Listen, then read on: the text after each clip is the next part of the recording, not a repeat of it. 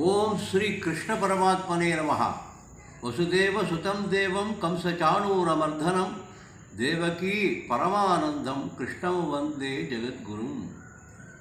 நாம் ஒவ்வொருவரும் இந்த வாழ்க்கை முடிவதற்குள் நாம் ஆராய்ந்து நம் தவறுகளையெல்லாம் தெரிந்து கொண்டு அதிலிருந்து நீக்கம் பெற்று செய்த தவறுக்கான பிராயச்சித்தங்களையும் செய்து கொண்டு வாழ்க்கையின் இறுதி பகுதிக்குள் இறைவனிடத்திலே சரணாகதி செய்து கொள்ள வேண்டும் என்று பகவத்கீதை கூறுகிறது.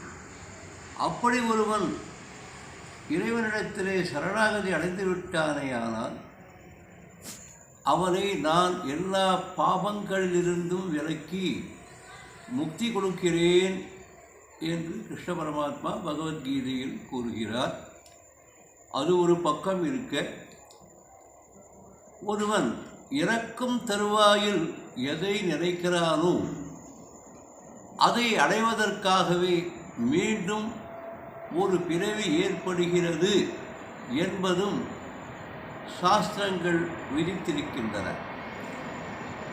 இதன்படி பார்த்தோமானால், உதாரணத்திற்காக ராமாயணத்திலே தசரத சக்கரவர்த்தியானவர் ராமபிரானை காட்டிற்கு அனுப்பிவிட்டவுடன் ராமா சீதா என்ற நினைவுடனேயே தன் உடலை நீத்து விடுகிறார்.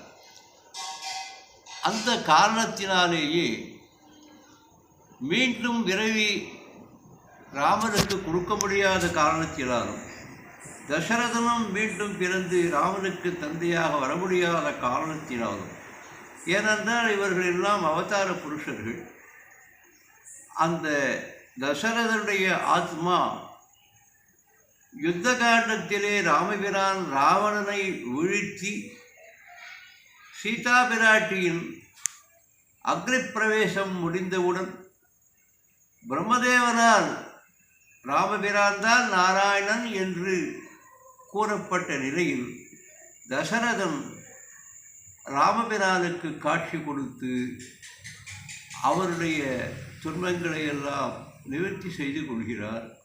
ஆக கடைசி காலத்திலே நாம் என்ன நினைக்கிறோமோ அதை நாம் அடைந்தே தீர வேண்டும்.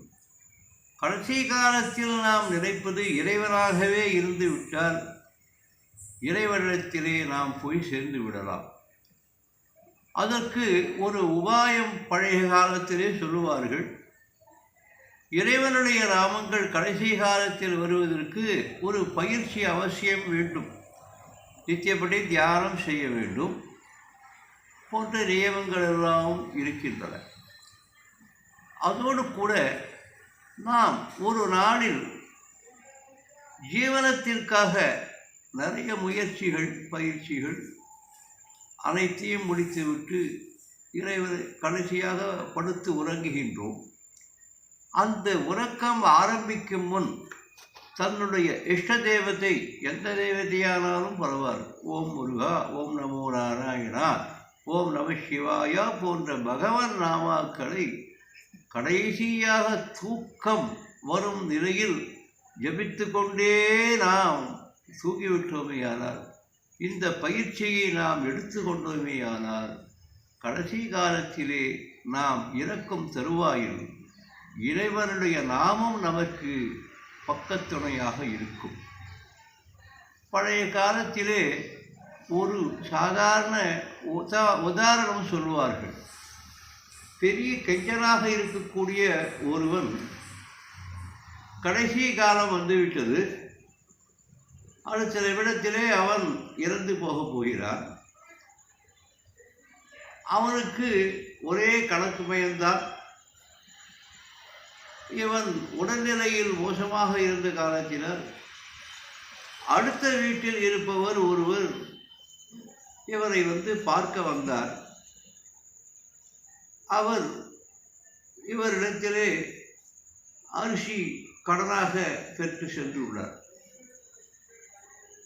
இந்த இறக்கும் தருவாயில் இருப்பவன் அவரை பார்த்தவுடன்,